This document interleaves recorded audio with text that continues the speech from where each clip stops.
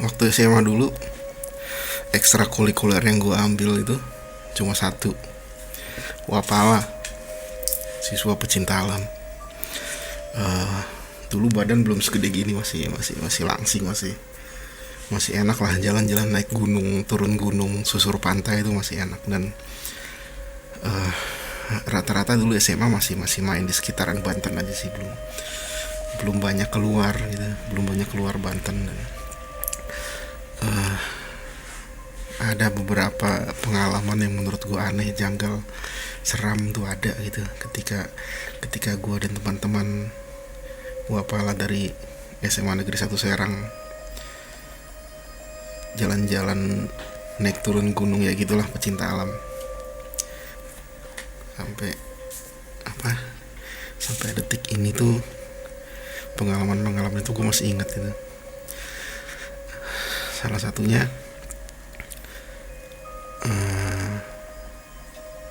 waktu gue dan teman-teman itu naik ke gunung di daerah Mancak, Cilegon. Waktu itu masih sepi, waktu gue SMA tuh masih sepi, tahun 90-an tuh, 90-an akhir tuh masih sepi.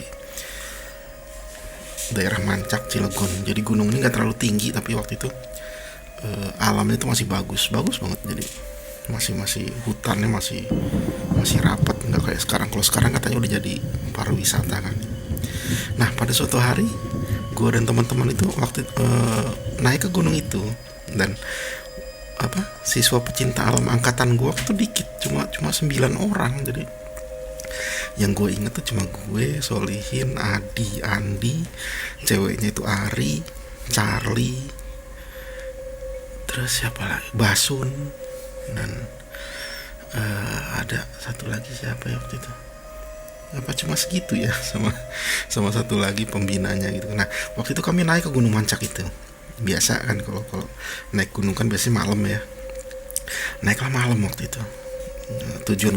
Tujuannya sampai ke daerah Peninjauan. Jadi Peninjauan tuh di atasnya lah, bagus tuh tempat. Nah, waktu itu masih sepi banget, dan jalannya tuh masih jalan tanah, tapi udah besar, tapi tanah, belum aspal waktu itu. Nah, tengah malam waktu itu, jam 11 atau jam berapa gitu. Ketika gue tuh paling salah satu anggota yang bandel tuh gue, dan sama Solihin, namanya teman gue Solihin, Iin gue manggilnya. Dan kami itu selalu keluar dari aturan gitu ya, nakal gitu. Kalau orang teman-teman lain mau ke kiri, kami kanan, atau teman-teman lain mau lurus, kami nggak mau, ya kayak gitu. Akhirnya berdua, tapi gue sama Solin, sampai akhirnya waktu ke Mancak itu kami jadi pisah rombongan. Jadi teman-teman yang lain itu duluan, kami berdua tuh, gue sama Solihin itu di belakang, terpisah gitu. Itu pokoknya jam 11, jam 12 gitulah, sampai hampir nyampe ke puncak, nyampe ke Peninjauan tuh sekitar jam 7, jam 1 malam tuh, sampai tengah malam jam 1 tuh sampai ke Peninjauan atas. Nah, dalam perjalanan itu kan gue berdua, Soli ini belakangan kan jalan berdua. Emang nggak nggak kayak hutan rimba gitu, nggak ada jalannya, tapi nggak ada rumah, nggak ada apa, sepi aja gitu. Gue jalan tak sama Solihin. Yang lain udah sampai, kayak yang lain udah sampai tujuan kan, cuma kami berdua di belakang kan, jalan berdua jalan kiki gitu kan. Tiba-tiba tuh kami ngelihat warung bentuknya warung kecil, bangunan dari kayu kecil, kayak lebar 2 meter, panjang 3 meter gitulah. Nah, warung ini berdiri di pinggir jalan yang bawahnya tuh jurang. Jadi dia nemplok gitu loh. Ini warung bawahnya tuh kayak jurang dalam, dia nemplok di tebing gitu warung. Jadi jalan itu, paham ya? Tebing. Nah, gue ngomong Solin, kok ada warung ya? Waktu itu terakhir kita kesini nggak ada, ya baru buka mungkin, kata Solin. Ya udah, mampir dulu yuk, mampir lah waktu itu. Itu yang jaga ibu-ibu umur 50-an gitulah gitu. Dan itu jam 11 mungkin ya, mau jam 12 gitu, mendekati jam 12 gitu, gue sama Solin dengan bandelnya mampir ke warung itu dulu. Ngapain? Ngopi, rokok tuh, beli waktu itu Solin beli Jisamsu satu bungkus ada tuh, Jisamsu satu bungkus ada tuh, belilah di situ, kami ngerokok dulu. Cukup lama ya di situ, setengah jam mungkin di situ, minum, ngopi, ngerokok, dan ngobrol sama ibu yang jaga warung itu cukup lama. Akhirnya selesai, kami lanjut perjalanan sampai, ya nggak ada masalah, sampai akhirnya sampai ke peninjauan itu, sampai shelter akhir. Teman-teman udah nunggu situ. Lu berdua lama amat sih, kemana aja ya? Udah cerita lah gitu. Iya tadi mampir dulu ke warung, minum dulu. Terus si kakak pembina tuh nanya, warung mana? Sepanjang jalan gak ada warung. Ada orang gua sama Bri ada kok tadi, kata Solin. Warung, oh ya mungkin kami nggak lihat kali, kata Upan itu. Ya udah, akhirnya kegiatan biasanya itu tidur pagi-pagi, kami menikmati pagi segala macam itu kan, sampai akhirnya jam 10 pagi, jam 11 tuh kami pulang.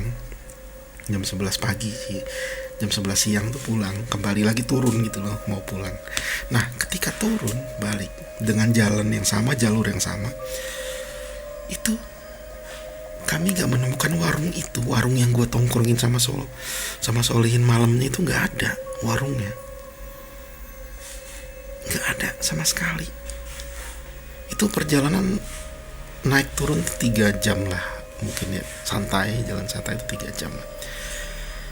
Itu gak ada warungnya, sampai akhirnya sampai ke bawah tuh, sampai ke pasar Mancak itu, yang dari situ kami harus naik angkot untuk turun sampai ke kota Cilegon. Di pasar itu penasaran gue sama Solin, masa ya warungnya gak ada, kelewat kali, gue bilang gitu. Penasaran lah kami berdua, naik lagi jam 1, jam 2 itu kami naik lagi ke atas nyari warung itu. Spotnya masih ada. Jadi jalan yang tempat warung itu nemplok malamnya itu berada, itu masih ada, spotnya ada, cuma warungnya nggak ada. Kalau emang warung itu dibongkar pagi-pagi misalnya, dibongkar gitu, itu harusnya ada dong sisa-sisanya. Ini nggak ada, bersih. Jadi di jalan itu cuma jurang, rumput pepohonan itu bersih, nggak ada tanda-tanda kalau di situ ada warung, sama sekali nggak ada warung. Sampai di puncak pun kami nanya ke juru kunci yang jaga itu, katanya dari zaman kapan juga nggak pernah ada warung di jalan itu mah, katanya nggak pernah ada warung di jalan itu. Nah gua sama Solihin tadi malam nongkrongnya di warung mana? Itu Jisamsu yang beli di warung itu sampai sekarang masih ada. Solihin masih megang rokoknya, nggak dia buang, nggak dia pakai, itu masih ada rokoknya, kami pegang saking penasarannya. Itu warung misterius itu.